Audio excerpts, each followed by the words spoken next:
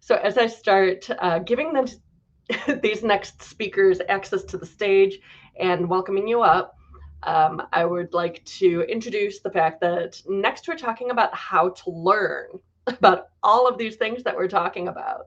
So additive education, who, what, when, where, these are big questions. So I'm pulling up all of our speakers now. Allison, Joy, Amber, Emily, as you gain access to the stage, I invite you to please turn on your camera and microphone. And I hope that, okay, we've got Amber, we've got Allison, Emily, and last but certainly not least, oopsie, got to watch where we click. Next, we've got Joy. So, ladies, the stage is yours, and I am so excited to hear your insights on this incredibly important topic. So, with that, I welcome you to turn your microphones on, and the stage is yours. Thanks for the introduction, Sarah. So as was mentioned, this is our panel all about who, what, when, and where for additive education. Notice we didn't include why. That's what I think you're getting in the rest of the conference. We all know why it's important that we have education for additive. However, sometimes it feels like there are so many gaps in education that it's really difficult to focus activities. So that's what we want to discuss today. So I'm really excited that we have many different experts with different perspectives on additive education on this panel, and they'll introduce themselves in a second. But we also want this panel to be interactive and crowdsource a bit. So if you're aware of an opportunity, a gap that you see in your industry, a great resource, or anything else that's relevant to our discussion, please put that in the chat, and let's share all that information, and then also questions for the panel in the Q&A. All right, so let's get started with introductions. I'll go first. So my name is Joy Gokul. I'm an associate professor at Colorado School of Mines. And so I teach in our interdisciplinary additive manufacturing master's program. I also teach for professional development courses through the Materials Society TMS and active in additive high school outreach. So now let's meet the rest of our panelists, starting with Emily. Hello, everyone. My name is Emily Young. I'm part of the Education and Workforce Development team with America Makes. If you're not familiar with America Makes, we are the Additive Manufacturing Institute focused on accelerating the technology, building up the ecosystem, and of course, building up the workforce. So my role with America Makes, I started in September of 2021, so just over a year with the team. I focus on a K through grade approach, so programs all the way down into kindergarten, first, second grade, building awareness and inspiration, all the way up through apprenticeship models with folks in the Navy, deep dive trainings, instructor-led trainings, things of that nature, as well as supporting small medium manufacturers with other programs as well. So looking forward to the panel today, and it is my first TIPE conference, so I appreciate you having me. Thanks. Thanks, and we'll go to Allison. Hi, I'm Allison Beasy. I'm an associate professor of material science and engineering at Penn State University. And I'm also the director of our Penn State's Additive Manufacturing and Design graduate program. And so there we enroll resident students as well as students around the world, which we call World Campus students, in order to earn degrees, so master's degrees and certificates in additive manufacturing. And it's also my first TIPE conference, so thanks for having me. And Amber. Hi, I'm Amber Andraco. I'm a section manager in materials and process at GE Additive. In my role, both currently and in the past, I've spent a lot of time educating people on additive, having been in the field for over metal additive for over a decade. But also, my team goes out to educate customers about how to use additive in their portfolios, as well as I have the pleasure of being on the educational committees with Joy for teaching about additive material properties. And also, I guess, having gone back to my alma maters in the past too, to spread the word of additive. Great. So for our first discussion, let's start with the who. So additive education requires reaching many different populations of people, and then the approaches that we use and the strategies that we use for those different populations, have to be different and targeted. So I'll put this question out to the panel about picking one population that your activities have targeted and any particular strategies that you use that you found to be successful. And Joy, I'll go ahead and jump in here. I talked a little bit briefly about the K through Gray approach. And one area I wanted to sort of cover was the K through 12 space, right? So, we have, an audience of those that are in an undergraduate program that are already studying engineering or additive specifically, but how did they get there? And, students make choices in what career they see themselves in at a very young age, middle school level. So part of our approach is establishing, some sort of awareness and inspiration in the youth to pursue this as a career for themselves. And there are 4 reasons why, students pick, what career they're going into. It's either because their parents said that, it was a great career for them. It's because their teacher, their football coach, whoever said, hey, you're really good at, math or science. This is a great career for you. Or their friends, their friends are going into a particular career and they want to follow them to that university, to that program. Or it's because they had a really inspiring experience while they were in school that really piqued their interest and said, this is really for me. So part of our approach is building on programs that, target more than one of those 4 areas, right? So engaging with the teachers and the students, inviting parents in for special events, and even, working with their friends together in project-based learning activities so that they're able to have that sort of camaraderie working towards a common goal. Additionally, in the K-12 space, we see a lot of students that have the opportunity to download and print things in their classroom. But we also unfortunately see school districts that, got a 3D printer through a grant, but then aren't sure how to use them. So we really take a holistic approach across all those areas to try to make sure that there's rigor behind those programs. So students are able to design their own idea and, solve their own problems using additive. So more than just that download and print sort of inspiration, but really diving a little bit deeper. Maybe pulling on the K through 12 type of age range, we actually had in Cincinnati area a local school that started an all girls 3D print club. And it was the result of a teacher recognizing when they started just an open 3D print club. I think she had 1 or 2 girls like sign up and were engaged. And she started to ask some of the other girls in the class, like, well, why, you'd be great at this. You say you're interested. Why are you not signing up? And it was kind of that awkward age, right? Where they, the girls didn't feel comfortable kind of being in that same environment with, their male counterparts. And so this teacher started an all girls 3D print club. She works with our local teams in Cincinnati engineering, particularly in materials and additive, to have one of us go every week, right? So a different one of us went every week, and we're asking them about what they were doing and having, giving them our history and our feedback of like why we got interested. So I think it was an eye-opening experience for me that still exists, that like, it's hard being where we are today. Maybe we forget about how we felt in the moment of, we didn't want to be in that same group at that age range, which is a very important age to try to gain their interest. So I think the more that we can look at doing things like that in different ways might be helpful as well to bring more females and just more interest in additive in general. All right, well, I can chime in. I'm going to pick a different age group, that though I would love to talk to women, ways to bridge on those. But so one of the things that as my role in the Additive Manufacturing and Design graduate program lead is that we focus on educating graduate students. So these are graduate students because we have this remote program. are all over the world, right? So they might have just graduated from college, or they might have graduated from college 20 or 30 years ago. And so there's two kind of key ways that we ensure that this is successful. So the first is the obvious, which is that we have this remote. So we have options. Our classes can be taken remotely or can be taken in person, which allows people that are working professionally to be flexible with their time to complete the degree and take the classes when it works for them.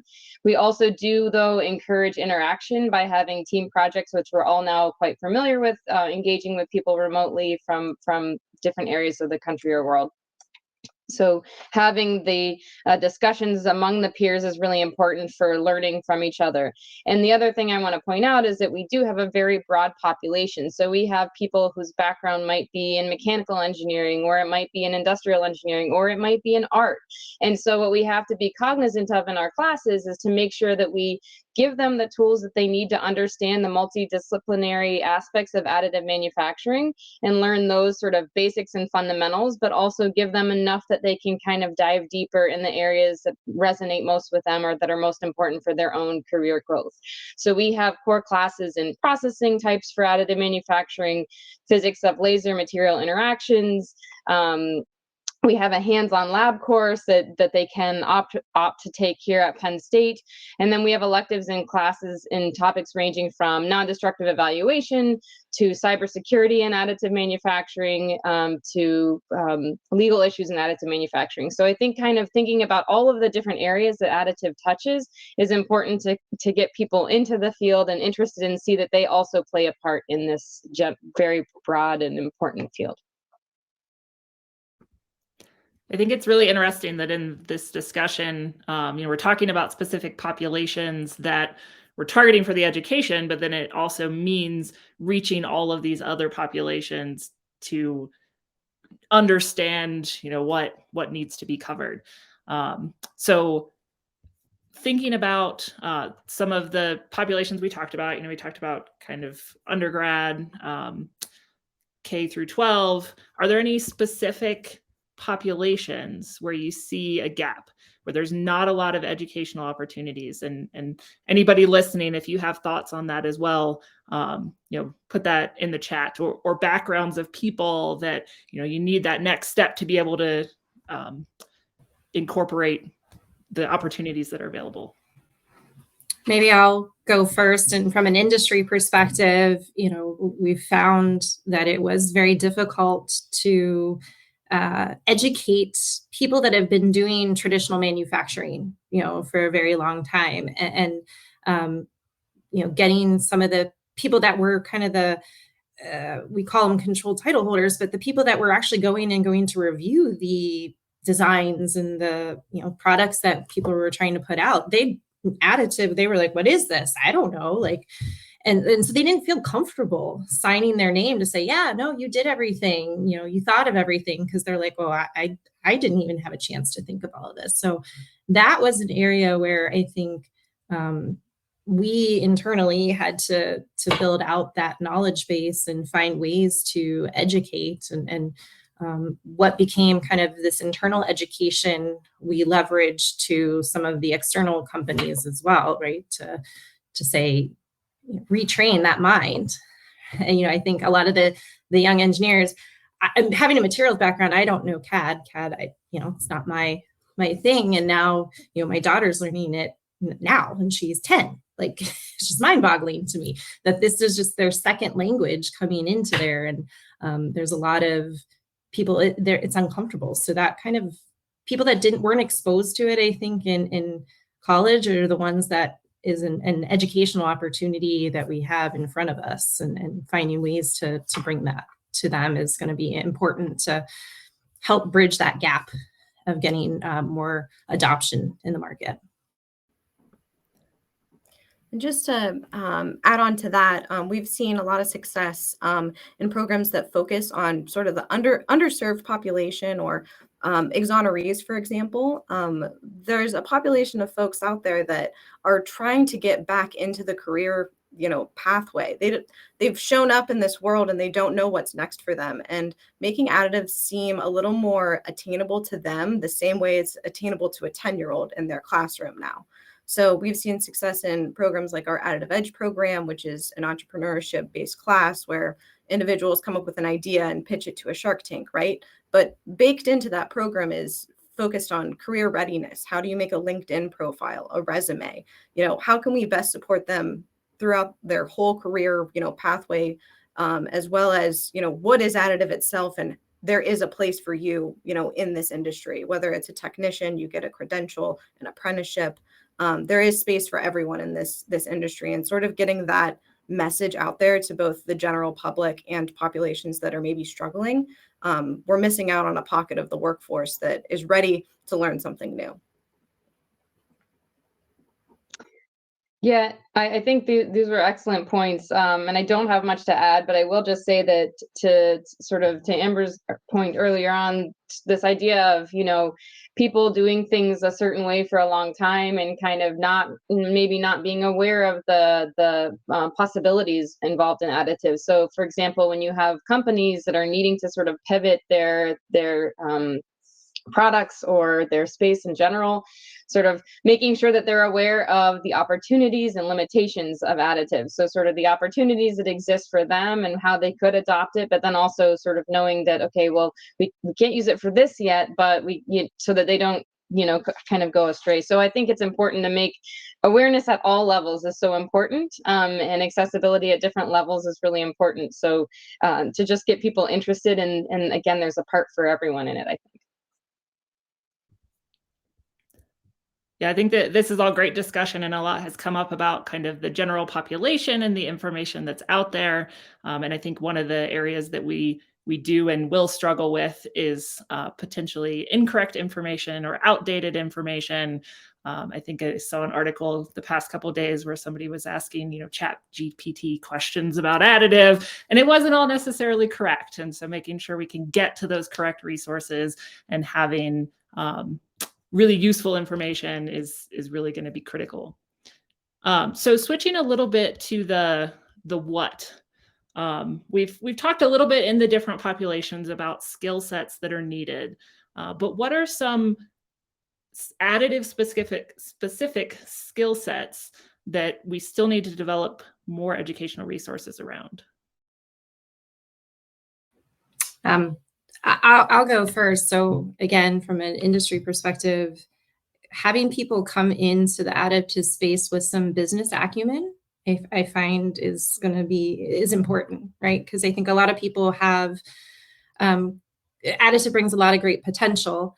And so trying to find that right balance of, does it make sense, right? Like, I could put forth the best widget, but is that the best use of additive in the grand scheme of what a business may be looking to achieve? So I think that's one area that could be explored and maybe given more resources too, of that kind of thought process of the additive ecosystem, not just the tactile things of what's happening on the machine. Well, one of the things I was going to add is it's not exactly an additive specific skill, but I think it's something that we could benefit from, and we could benefit from learning. Engaging the community would be more on the data management, data science side, because I think, with additive, we're collecting tons of data, and all these groups are collecting data and different types of data, and we have a lot of information. We still have more we need to learn, but that involves, how do we share data? How do we host data? How do we curate it and make sure that it's, vetted? And so I think that, learning from data scientists and engaging them, and then also making sure that we teach the community more about data science as well, and have opportunities specifically related to the sorts of data streams that we have, will really allow us to advance. But it's a hard question in terms of how you manage all of that, how you host it and share it and vet it and access it. So, but important.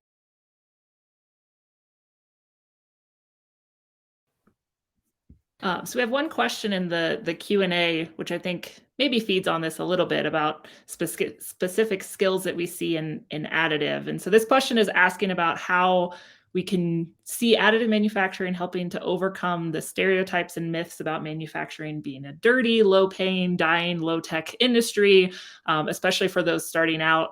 And I think especially for this community, so the female community, those are all deterring words, as we kind of learned in Dawn's presentation before this. So any thoughts on how additive can overcome these stereotypes? Just to sort of jump in again from the perspective of, how we focus our programming on, an experience that is tied to some sort of curriculum. Field trips to manufacturing sites, both for youth and adult programs, it's enough to, sit in a classroom and do the book work or even the hands-on work of working with a printer in your classroom. But showing up to an additive manufacturing facility and seeing it for themselves, talking to the engineers themselves so that they can, be present and understand what those folks are doing every day.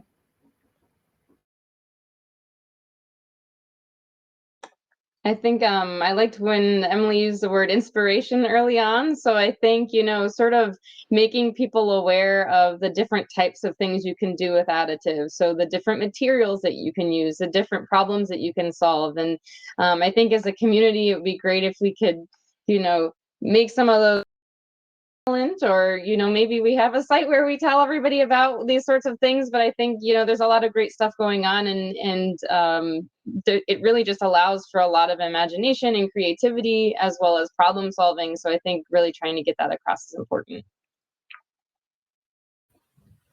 And I think to touch on Emily said, getting out there on those facilities. I know the women in 3D printing, happy hours are often kind of tied to going to a facility that's working on that. And certainly that addresses kind of the upper end of, but, I know we're talking about hosting SWE, right? And the other groups. So I do think that that's going to be probably the biggest thing that might change the mindsets and stereotypes is bringing people on site. Yeah, I think you mentioned the women in 3D printing events. It's great for all of us at all different levels of education to be able to go and see the awesome facilities. And I'm often jealous that I don't work at many of the companies that we get to go visit. So lots of opportunities and kind of figuring out how to get that at a scale that spans all the different populations that we talked about, and really showing everyone what additive is about. That's why I love this conference, is I get to see people that are in all different roles. I'm generally just around the research roles. So what are all the different things that you can do in additive? And there are so many different opportunities. So we've talked a little bit in the different aspects about the in-person versus online. So I think maybe that's a important discussion, and wanted to get your thoughts on what makes sense in these different populations and these different skill sets online, because it is more accessible for different groups of people. But what's really critical to have that in-person experience, that hands-on experience? I think that the theory aspects, that makes sense to, I think, go online. So many educational entities are, during COVID especially, put all of the theory classes online, and I think it's been relatively successful. I think obviously you're never going to get someone trained on how to use a piece of equipment unless they're physically there. But I think there's other aspects, again, like we've mentioned, just post-processing and that stuff, where having on-site, letting someone try to remove support structures, right? I remember the first time we walked through, they were, had stuff, and they're like, here, you go bench this. And they're like, okay. And it looked terrible. And this other person sitting next to you, like, it looks gorgeous, right? It gives you an appreciation for that. So I think there's, not just the on-machine things, but even post-processing, having some on-site exposure is beneficial. I agree that the on-site exposure is really important. So to Amber's point, you can teach theory and things like that. You can have people do thought projects, and one of the things that we incorporate in our grad program is software usage, right? So seeing, because that's another important part of it, is trying to see, okay, what sorts of softwares are available to do which sorts of things. additive manufacturing, so you can get some sort of hands-on remote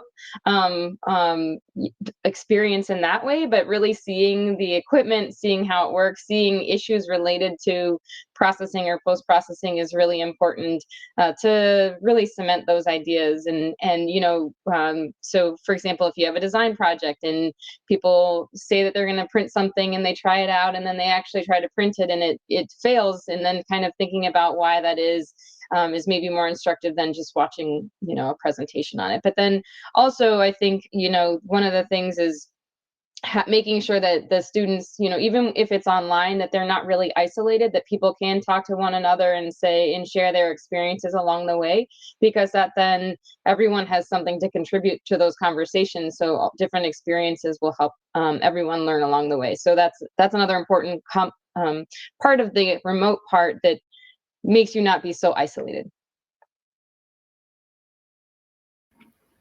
And just to, you know, add on from, you know, another perspective, Allison, you spoke to, you know, maybe your print doesn't print as planned, right? So as part of, you know, the learning that we go through with students is we show them what, you know, what a print fail looks like. But then it's one thing to see a picture of it, but it's another entirely to be printing it yourself and see that exact problem come to life. And better understand how to, you know, solve it, you know, either with your design or the machine itself. I think that, you know, the opportunity to learn independently is really important for learners of all ages. You know, a classroom setting isn't for everyone, and having that sort of remote setting where you can learn on your own, but then separately have, you know, the in-person opportunities, I think is a good mix to best engage with, you know, all learners. Yeah, I think the in-person strategies kind of connected with online or even in person, but not printing, is something that we have to think about as an education community, just because printing is so expensive. So I think that's something that we struggle with at all education levels. So even a high school, you know, gets a printer, they have to buy material, they have to maintain that printer, and it becomes a challenge from the budget side. So I think that's definitely a gap to think about. One of the projects that I've done working with America Makes actually was the development of a credential for high school students. And so it was intentionally designed, there's a hands-on portion to the credential, but it was intentionally designed to where you did everything before you pushed print. You did things after you pushed print. You kind of analyzed some print failures, but there was no printing requirement. So the students could get the credential without having to have the school have funding for material and printing time and all of that. So the more creative that we can get in developing new resources, maybe like augmented reality type approaches, I think is something where kind of putting it out to the panel and the community, those with those types of skill sets, I think that's a gap that could be filled in some areas that we're looking into from a kind of equitable outreach perspective. How can we expose people to metal 3D printing where it's so expensive to print with, but get that into different communities? And Joy, just to, you know, add to that, is the focus of accessibility, right? So how are schools or, you know, adults able to access this information, this knowledge, and, you know, still gain something like your credential that makes them hireable to this workforce?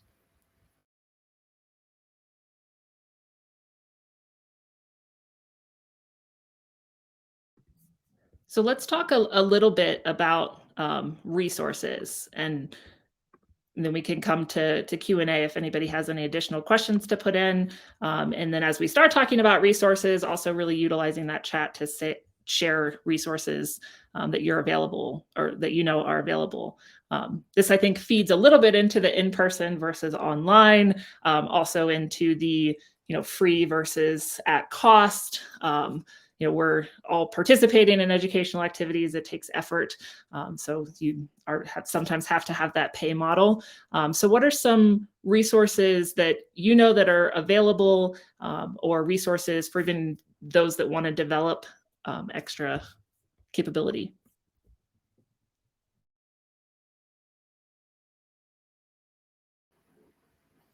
I can go ahead and start this, Joy. There are two things that the America Makes team is actively building that are going to be major resources to the AM community. One being what we're calling amjobs.org. It won't really be that. It'll be embedded within the America Makes website. But this is really going to focus on like the front door to additive. Who are the people? What do they do every day? What are their interests? And what was that crazy zigzag pattern that got them to additive in the first place? I know many of us that are participating in this conference did not set out to pursue additive at the beginning of our careers, and somehow we ended up in this great opportunity. So AM Jobs is one opportunity, one resource that we're actively building, and the second is our AMPed portal, which will link existing training resources all on one site based on specific job roles.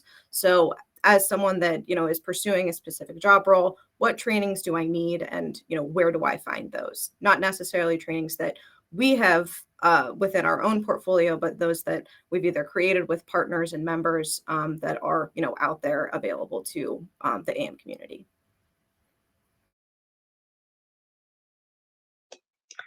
I'll add one thing, which is, so I'm involved in the Additive Manufacturing Coalition, and I know that they were part of this conference yesterday. So that's a resource that's sort of exposure to federal resources for manufacturing, as well as a place where if people have ideas that need to be elevated to Congress people, that's an avenue for that. So if there are, that will be a resource, and we're working on some documentation there to sort of provide people with resources for funding opportunities and so forth. But it's also a place where people can come to us with suggestions for things to talk to federal resources about. So I'll put that website in the chat. And maybe just to pull on something I said earlier, which is a lot of some of the skill sets don't even need to be AM specific, right? Business acumen, influencing skills, things of that nature. There's training courses available through LinkedIn and others that I know myself and some of my team members have taken, and those are still extremely important skill sets to bring to the additive market, because oftentimes you are trying to influence a group of people to get on board with your idea, your design, and how do you leverage that, because it is something that's new, right? It scares people, and it takes a little bit more maybe coaching to figure out the right balance of how to do that influencing. So there's a question in the Q&A about, since you just mentioned coaching, about coaching. The question specifically is about young students through failure, but I think maybe we'll open that up even more broadly based on Amber's discussion. What are some strategies from an education perspective to kind of coach people through failures and misunderstandings in additive?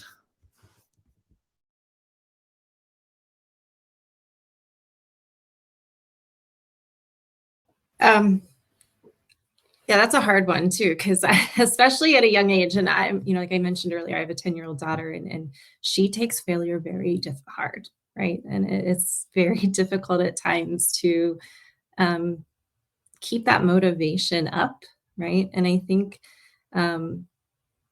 helping coach with where they did things correctly, right? And leading them to say, like, look, this you were on the right path.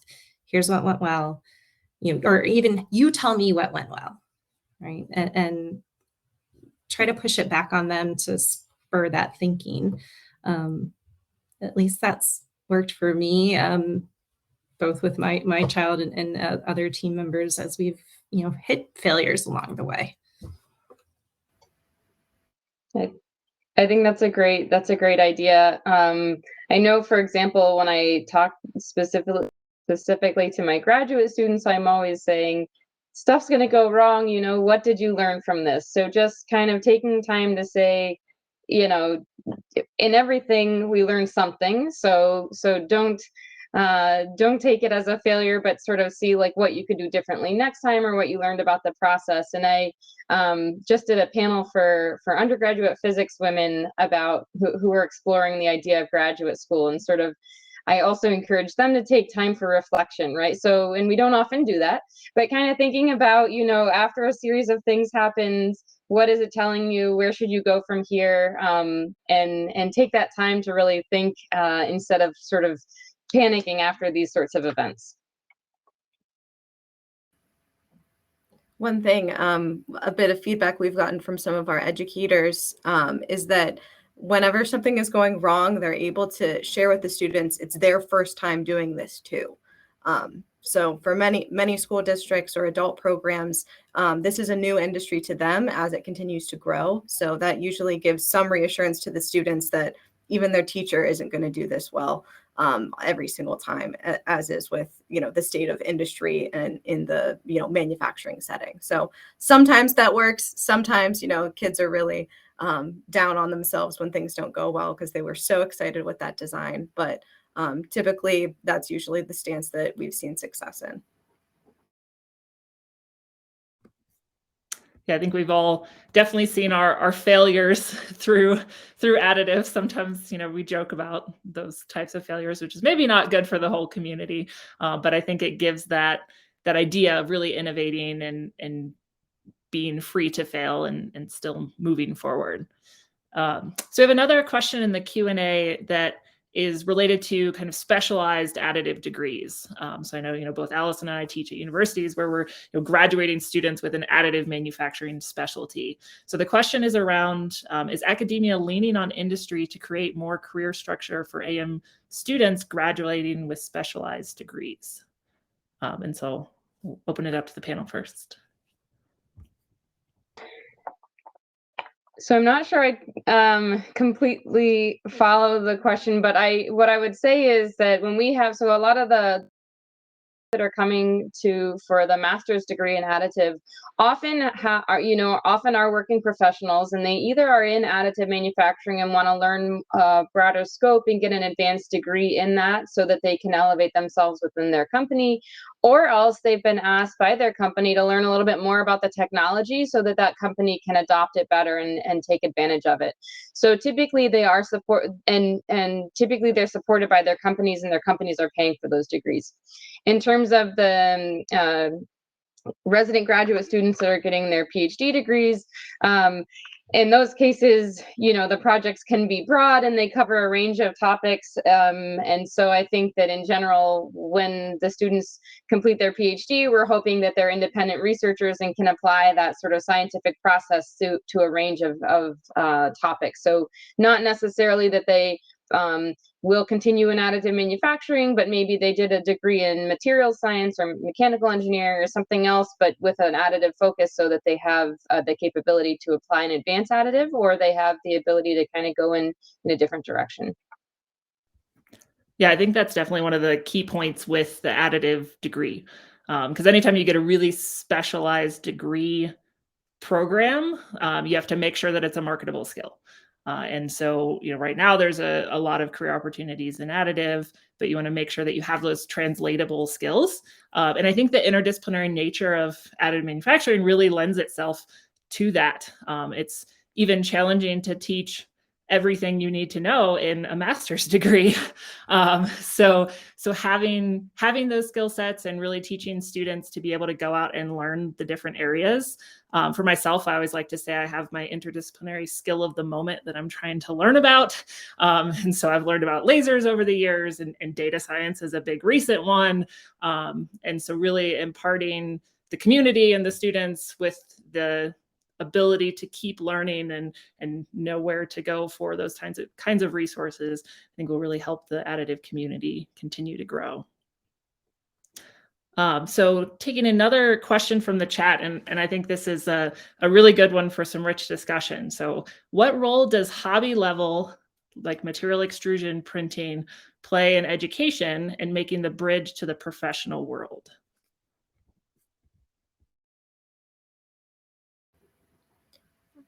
Just to jump in here, I think that once the, FDM printing is, almost second nature to students, it makes all of the more advanced technologies seem a little more attainable and less out of this world crazy when they're able to, use this as a hobby or, by solving their own problems in a classroom setting. Once it's the new norm, then advancing it a step further doesn't seem, out of touch for them.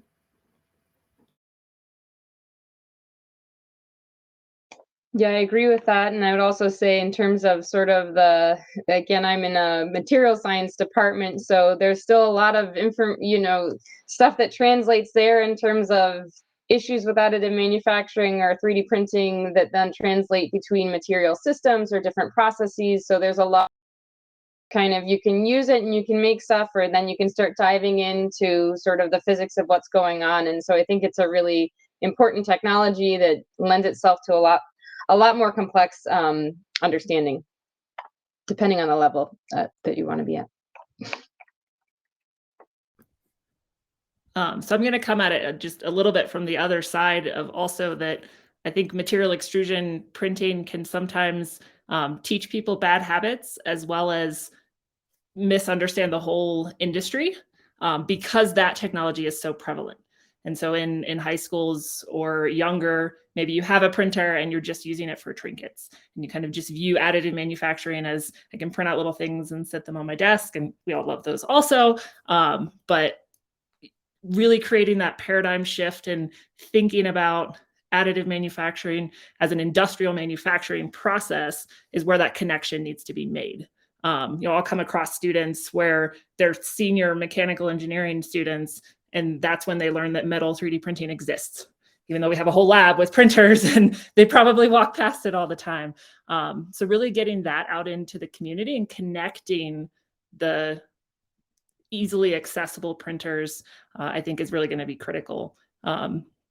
So we're going to be hosting a program kind of bringing up an opportunity for developing additional resources. The National Science Foundation, is great at educational resources. So we're going to be running a program bringing high school teachers onto campus through the Research Experiences for Teachers program to use metal printers, to use ceramic printers, and kind of take that back to their classroom. So they may only have a material extrusion printer in the classroom, but they can talk about, hey, we also saw this, that, they're printing jet engine parts now, and you might be flying on a plane with one of these, and kind of bringing that, everybody knows planes. So additive parts on planes kind of thinks of it differently. So I think that's the key of connecting hobbyist to manufacturing community. So we have just a couple more minutes for the panel. So I think we'll end with this question in the chat about where we all got our inspiration. So a little bit kind of shifting to thinking about our own education. So what was your flashpoint? So that inspiration that really started your journey in the additive realm. So I'll go first. So the first time I heard additive, it was my senior year capstone project, and we were doing polymer additive, and we're making test bars, and it was this big thing. We were just getting the material, and we were going to go characterize it. And that was the first time I heard of it, and obviously there was early days challenges with printing, so we didn't even get to do the whole scope we had originally, I think, intended to do. Fast forward to, I was on a rotational program within GE. I've been with GE for almost 20 years now. And coming out of that program was, during a time frame where additive was just starting to, it was still the prototyping, right? We're going to use this for a rig, and we still have to characterize it to go in there. And I was fortunate enough to kind of see that transition of mindset to, okay, yes, this is prototyping metal. That's really cool. But now we're going to go push it and actually productionize it and think about all the things that we need to do to get it out of the research lab and into, a manufacturing facility. And so for me, it was that just really early exposure and the realization that this could do something more than just trinkets was my inspiration turning point. All right, I think we're going to get kicked back to the networking session in just like 10 seconds. So definitely let's encourage to continue these questions and discussion in the networking. I think a lot is inspiration by people. So everyone can go out there and be the inspiration for the next generation. Thanks, everyone. Definitely. Thank you so much, Jory, Amber, Allison, and Emily. You were all incredible, and I loved this conversation.